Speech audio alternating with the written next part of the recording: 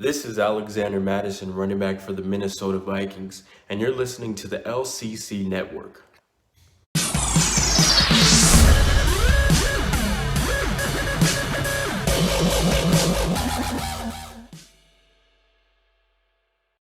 Hey everyone, welcome to the Commissioner's Clubhouse and the LCC Network for Week 8, Part 2, our second episode of the week. Like I said in the previous episode, we do not have Isaac with us, but regardless, Jameson and I are going to go through Game of the Week and all the 12 matchups in the LCC with you. How's it going, Jameson? Hey, it's me. I'm here. What? It's me, as always, except for the 1 week I wasn't here on my anniversary. Other than that, present and accounted for. Like you mentioned, all 12 games we've got going on in the LCC this week. Throughout the episode, Patrick and I have tasked each other to complete one task. So see if you can catch it at some point. You should. I can't imagine that you wouldn't. There's no way unless you're not paying attention. So, Patrick, we'll kick it straight off, man. Are you ready to go? Maybe that should be our competition for the giveaway prize. Oh, see if whoever can get it right first. Whoever can text us or comment or something. Yeah. But whatever. Sometimes people can't watch this right away though. They have to wait till after work or something. That's not fair. That's not fair. We'll do another one. Okay. But comment if you think you know what it was. Anyway, so you ready to kick it off? Let's do it. It's football time! Once again, it's all right, football time. You're listening to this on Thursday, which means it's Thursday night games kicking off week 8. We've got Colby versus Jordan as our game of the week. Colby at 6-1, Jordan at 3-4. Two owners who have existed since the LCC's founding 10 years ago. There's bound to be a lot of history here. Pat, walk us through it. Yeah, and just I got to get out there. I got to be honest with him, Jameson. This is actually our second time recording this episode because I screwed this up so bad. I started talking about two different teams earlier. But I'm going to make sure I get it right this time. It is I almost did it again. Colby versus Jordan, Mr. 300 versus Afternoon Delights. They've played each other 11 times over the past 10 years. And the crazy thing is, the last time they played was 2017, week 4. Colby won 293 to 259.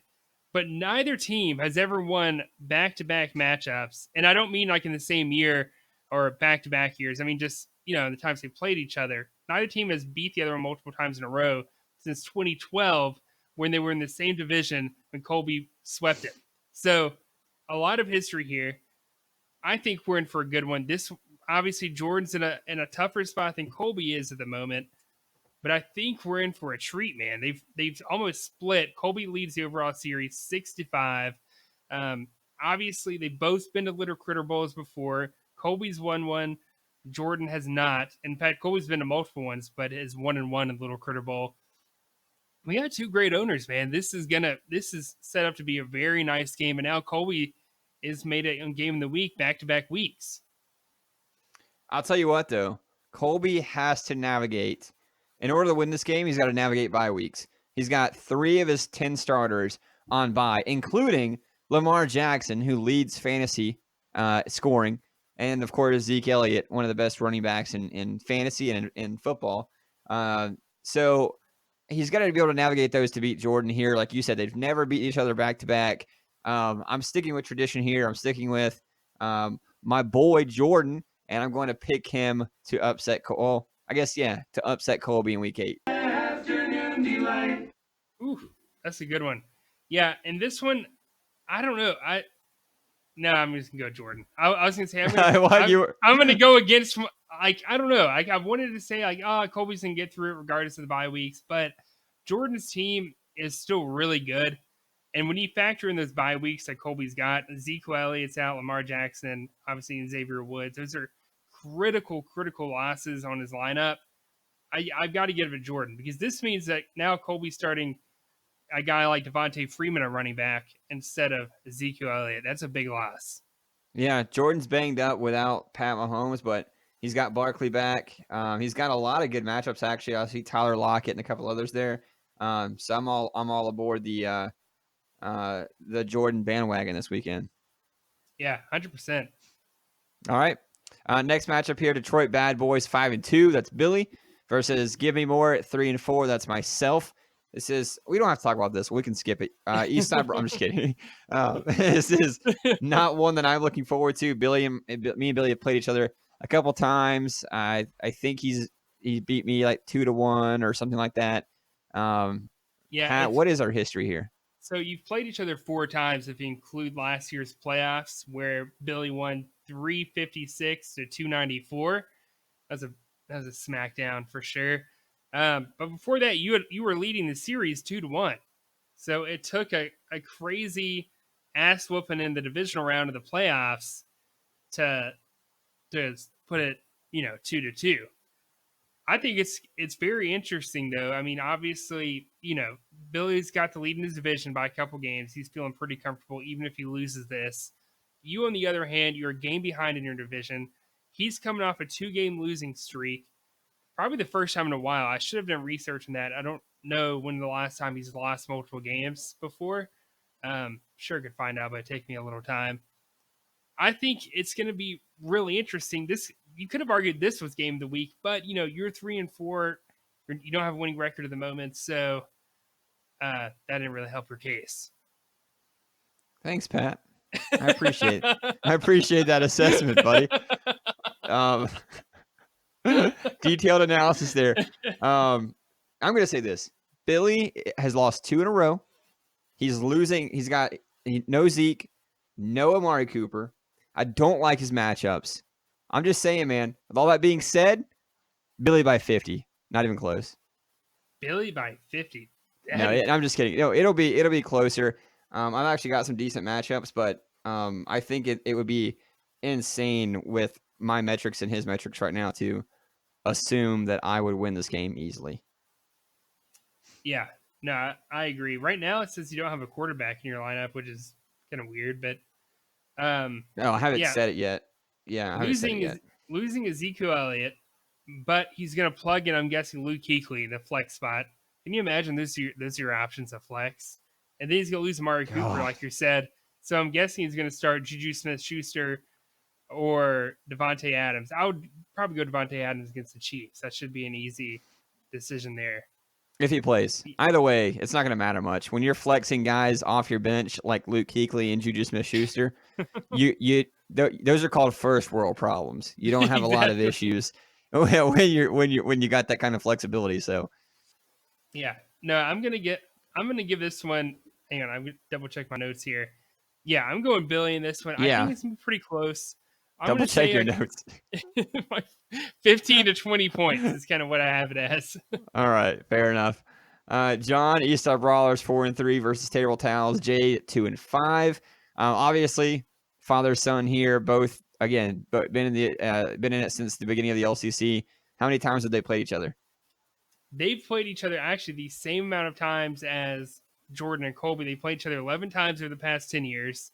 And the last time they played was week 9 of last year. Eastside Brawlers won 246 to 242. And he's actually won the past 2 matchups, which is 2016 and week 4. So, and you cannot, when you talk about this game, and we talked about it in one of our top 10 episodes in the offseason, the fact that these guys have played each other in back-to-back Little Critter Bowls, Little Critter Bowl 3 and Little Critter Bowl 4, one team won one, the other one won the other. I mean, you're talking about a good rivalry here. I mean, there's no party like a pants part or a macaroni party, and this is the macaroni party, in my opinion, of LCC history. I mean, this is it. I don't know how you can deny that, because before my dad took that 2-game, or I guess back-to-back, wins against Jade in 2016, 2018. He hadn't beat Jade since 2013. It had been 3 straight games where Jade had won. So, are we about to see 3 straight the opposite direction now? I'm kind of leaning towards that, obviously. When you look at points for, Jade's averaging like 222 a game, and then Eastside Brawlers is averaging over 300 a game. Yeah, Eastside Brawlers is projected to stomp all over Jade this week. And I absolutely see that happening. I'm all over. I got John this week. No doubt. This was the easiest one to pick. Yeah, definitely. I didn't even have to think about this one really. Yeah. We just kind of kept typed in John and kept going in our predictions document. So Exactly. yeah, not a lot of hesitation there. Any other notes on that game before we move on? No, like I said, just a lot of history. It's going to be interesting because both teams are trying to get in first in their divisions and really aren't that far behind. All right. So Isaac at 3-4. So Buck Your Mother versus Dirty Mike and the boys at 4-3. Hey, are you Dirty Mike and the boys? Leading the division. These teams have played each other, I guess, a couple times now in the last 3 years, I think. But not many times. So Mike's rookie year is 2017. Isaac's was 2016. And Mike's won since 2017. They played each other twice. Mike's won both of them. Week 2 of 2017 won 294 to 232. And then week 1 of last year, Mike won 359 to 245. So both times Isaac has scored exceptionally low and Mike has scored exceptionally high. So, I mean, it's like not even close when you compare the head-to-head matchup.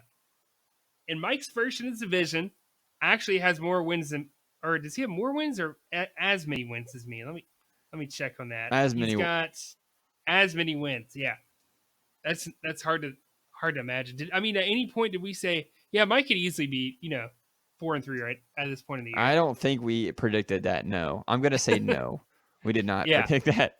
I mean, he's 2 games to go from 500, which is better than we had him doing. It's crazy to imagine that. And Isaac, we did not expect to start out as slow as he did, but now he's got a winning streak going. He's only a game behind first place in his division, or my division, I guess I could say. So there's a lot on the line. Mike could extend that lead in his division, and Isaac could get first place in the division. There's a lot going on here. Yeah, and I mean, I'm looking at the rosters now. Isaac's got. I like a lot of Isaac's matchups this week. And for the first time, Isaac is going to beat Dirty Mike and the boys, take the victory, and move on to a 4-4 record, and helping Big Oss try to catch up to Mike in the division. Yeah, I'm going to pick Isaac in this one. I mean, you're going against your notes. I am. I changed it at the last second. I wanted to go Mike in the upset, but I'm going to go. I looked at the bye week, and I know it sounds crazy, but every time Mike has beaten Isaac, DeMarcus Lawrence was the X factor in that game. In this case, he's not. He's on a bye week, so now he's going to have to start Terrell Suggs against the Saints. I think Suggs could have a good game, but I don't know if it's going to be enough. I mean, Tyreek Hill's got to get going against Green Bay. Pat Mahomes isn't going to be there. That does concern me. And then Cooper Kupp's got the Bengals. He should have a good game. But overall, I think Isaac does have the better team. Cool. Fair enough. Big Oss, we back 2-5 versus Roebuck Leprechauns. That's Patrick at 4-3. Probably not a ton of history here since Big Oss is back in the league for the first time in many, many years. Yeah. There's actually no history between us. Not Isaac, listen to me. Big Oss has only been in the league once before this, and we didn't play each other that 1 year. We're both coming off a loss into this week. He's 2-5. I need to fix this. The history page is actually wrong. It says I'm 5-2. I wish I was 5-2, but unfortunately, I'm 4-3. So it's going to be interesting. Obviously, he has the potential of scoring a high amount of points, whereas my team does the same thing. But I'm coming off, a week where I lost to Cameron. Unfortunately, it's going to be another one that's going to shape that playoff picture in our projections for next week in week 9. I would say one of the key things is he's losing Leighton Vander Esch. I feel like it sounded very country there. Yeah. He's losing Leighton Vander Esch. Oh my god. So stupid. All right. Wow. So I got to collect myself after that one. I had to wait. All right. I had to wait for the perfect moment. But no, I'm going to give myself in this one. The last time I picked myself, I lost to Storm of all teams in the league. So I could easily see him winning this, but I've got to pick myself. I've finally got almost my entire starting lineup back together. I am losing, or I guess I'm not. Oh yeah, I'm losing Dak Prescott. That is a big piece. So I'm starting Daniel Jones at the moment. Who knows? Maybe I get a quarterback off free agency. I haven't really looked, but there might be someone there who has a better matchup. Yeah, I'm also gonna go with you. Even though Big Os, when he sets his lineup, may be projected to beat you, at least based off the site. But yeah, I'm gonna stick with you in this one. It seems a little lopsided, I guess, in my opinion. So, but we'll see what happens. We've been wrong before. Yeah, In fact, that's what we're known definitely. for to some degree, is being wrong. So you never know. Yeah. You never know. Peyton at 1-6 versus Protect the Booty. Tyler at 3-4. What do we expect from these guys? They played each other at least once, I would imagine. So I'm trying to pull it up now. They've actually played each other 3 times since 2017. Because you think about it, Abusement Park was in your division at one Oh, point. that's right. I forgot about Peyton. that. Yeah. Yeah. And Tyler won the first from week 5 of 2017, 285 to 273. Then Peyton won week 9 of that year, 218 to 195. And then week 11 of last year, Peyton won 319 to 304. Both put up big boy points in that one. I don't know if we're going to see big boy points in this one from Tyler, but I could definitely see Peyton pouring it on him for sure. Yeah, it's projected to not even be close. You're right. I think Peyton has an ability, even though he can lose games, he has an ability to also score a lot of points too, like we've seen.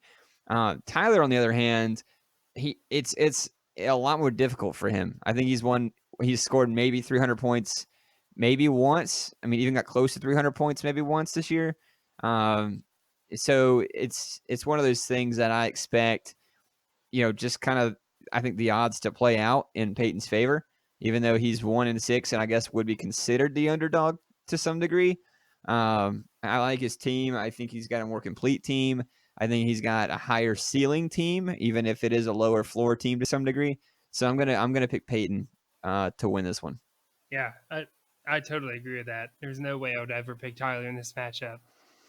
There's a lot of games you really can't pick Tyler in this Yeah, year. that's true. Unfortunately, we got to be a little selective about what we do there. Yeah, I mean, I think so. I guess just real quickly, if Tyler were to try to win, like to win, what would have to happen? Do you think? Oof. Well, you need a miracle from God. Let's start off there. A miracle from God. No, but now I'm having to go back to this game. I wasn't ready. Jeez. Sorry, man. No, you're fine.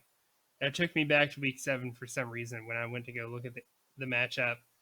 For Tyler to win this one, I would have to say you need a big Sony Michel type game. No more of that, 30 points here, 10 points here. It's got to be, you got 34 against the Jets. I don't see why you couldn't do the same against a very poor rushing defense in Cleveland. And another big one, he has got to have a good game from his defensive players in Demario Davis, Bradley McDougald. Those guys have got to play good. I think McDougald will naturally get some tackles in that. He should have close to a 30-point game. And I think you could see the same, or hopefully Demario Davis against Arizona, he could get a good bit of tackles in that one too. Yeah, I agree. Those are some of the key factors in order for him to win. Yeah, he needs more consistency from his defensive players for sure, and to kind of step up. So, last game here in the Elite 12, the Spurs 3-4 versus Beg for Greg at 4-3. BP obviously is a rookie. There shouldn't be any history here, right? No history at all. I mean, obviously both are friends from college and stuff. Both go to Lander. Like you said, 4-3, 3-4. One's first in the division. The other one is sitting at second place in his division. So this right here may decide. Let's say BP doesn't win his division. Now he's competing for a wild card spot, kind of like Cameron is. This right here may eliminate one of these teams when we get to week 12. Yeah, and I can only say for my sake, go Cameron. I'm never gonna say that again. Uh, but I actually expect a very close game here. BP went off last week, 326 points, I think. While Cameron did the opposite. I think 100 and no, Cameron, not the opposite. That was the week before. 287 or 290 something from Cameron. So also a solid game. I expect both to regress a little bit, but I expect it to be a very close game. And so does the site. So Pat, who are Yeah, you picking, and do you think it's gonna be close? I think it's going to be close, a lot closer than I initially thought. I mean, losing a guy like Jalen Smith for Cameron is critical. One of your highest scoring defensive players, one of your highest scoring players in general on your roster.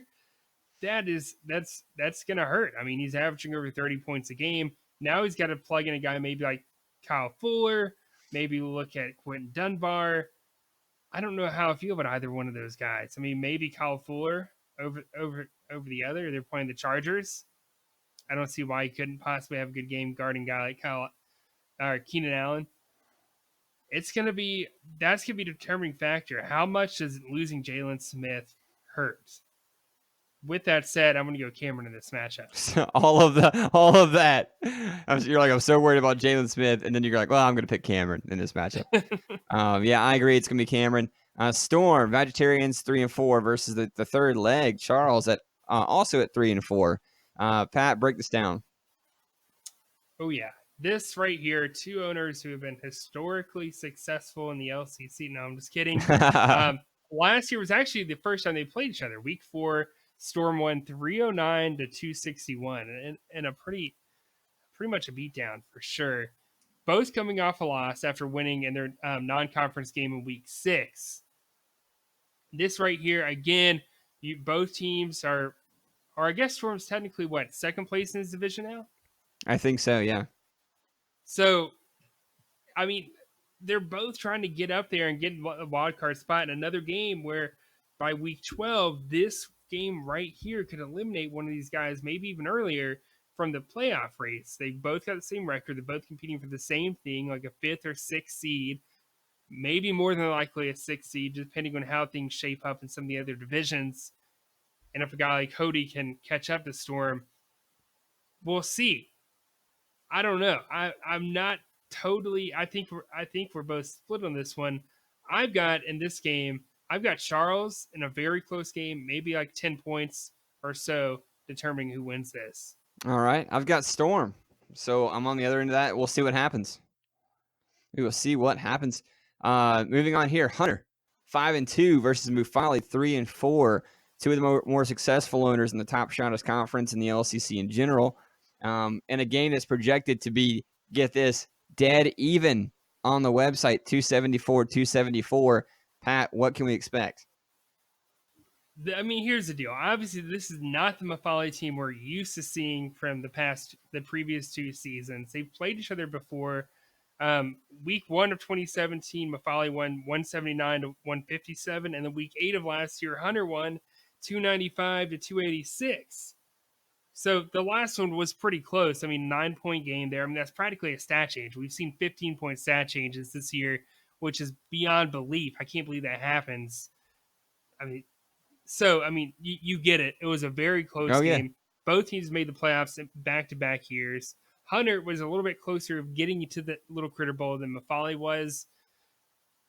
I mean, I would say this is a little bit more critical for a guy like Mufali, who's 3-4, trailing his division, than a guy like Hunter, who's 5-2, and right now is like projected as the number 2 seed in the playoffs. So I'm gonna give it to Hunter. He's had a better season, a more consistent season than Mufali has, despite some of the bye weeks that Hunter is taking on this week. I agree. I right now I can't pick against Hunter with what he's done this season so far. The teams he's beaten, how he's beat them. Mufali's metrics are a little underperforming to some degree. I mean, at least with expectations, you know. So until I see more, I've got to pick Hunter in this one. So Crazy Legs, Matt at 3-4 versus Sorry. Hash slinging slashers at 5-2. Hash slinging slasher. Mondo. We talked about Mondo in the last episode, so I mean, we already kind of know, I think, where we might go with this game. Pat, obviously, have they played each other this season? Are they in the same division? No, they're They're not. not. Okay, Yeah, so they haven't. We won't have divisional games again until starting week 10. Okay. All right. So then, there's no history here then. No, none at all. Definitely. I mean, the Hatchling Slashers. It just blows my mind. Started out 0-2, and now he's 5-2. Just totally flipped the script there. Matt started out. I want to say, did Matt start 2-0? No, am I right? No, I think so. He started out the season very strong. I remember, and now he's 3-4. He came off a win last week. Before that, he was 2-4. So I don't know. This is another game where I think it's a little bit more important for one team compared to the other. Matt's still very much in this playoff race. He's putting up pretty solid numbers as well. In fact, I think he's outscoring you in terms of points per, like average points per game at least. Losing Dak Prescott though is gonna hurt for sure for Matt. But then again, you go look at a guy like Mondo who's losing Van Der Esch and Amari Cooper. We talked about how that was going to affect Billy. I'm still going to pick Mondo in this. I think he has a better team, a little bit more depth to kind of fill in those positions.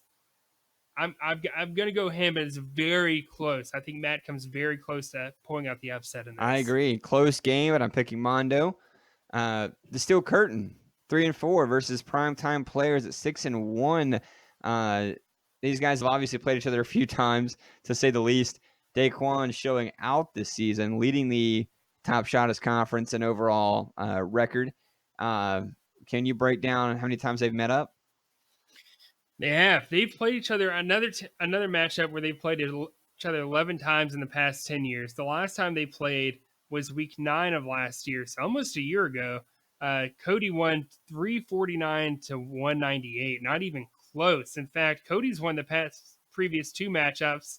But before that, Daquan was on a 3-game winning streak against him. He won in 2016, 2015, and 2013.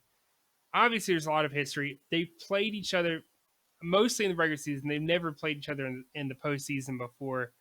But a lot of times, they kind of shape the playoff picture, especially in the past 2 years. So, who are you going with? For this one, I can't believe I'm saying this at the beginning of the year. I would have never said this, but I'm going Daquan. He's had a very strong season.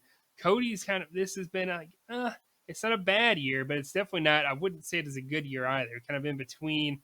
And not saying that his team can't rebound, but I mean, dude, Daquan is really putting up numbers.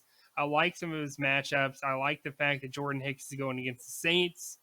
I like the Harrison Smith matchup against the Washington Redskins. He could get an interception or something like that in that game. And then Tom Brady's going to totally rip apart the Cleveland Browns. I'm going to give Daquan this. Yeah, I agree.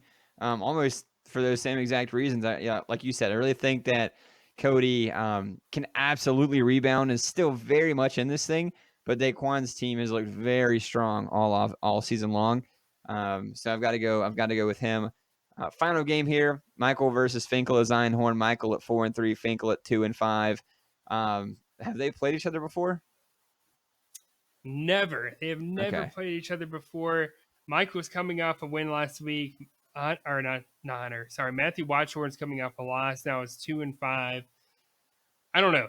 If I'm at this point, if I'm Team Watchorn, I'm kind of putting 2019 out of the picture. Although I talked about it off the show, Jameson. Matthew Watchorn is this is just crazy to imagine. He's literally only 2 games behind from like the 3rd seed in the playoffs at the moment. Like, that's nuts to think about. Yeah. Yeah, it is. That's how close he is. But his team's just not, the metrics aren't there. I mean, they don't indicate he can, maintain success for the long haul to get in the playoffs. And if he does stumble in, he's going to do just that, stumble in and trip up and fall in the wild card round. No, yeah, I'm leaving this up to Michael. 4-3.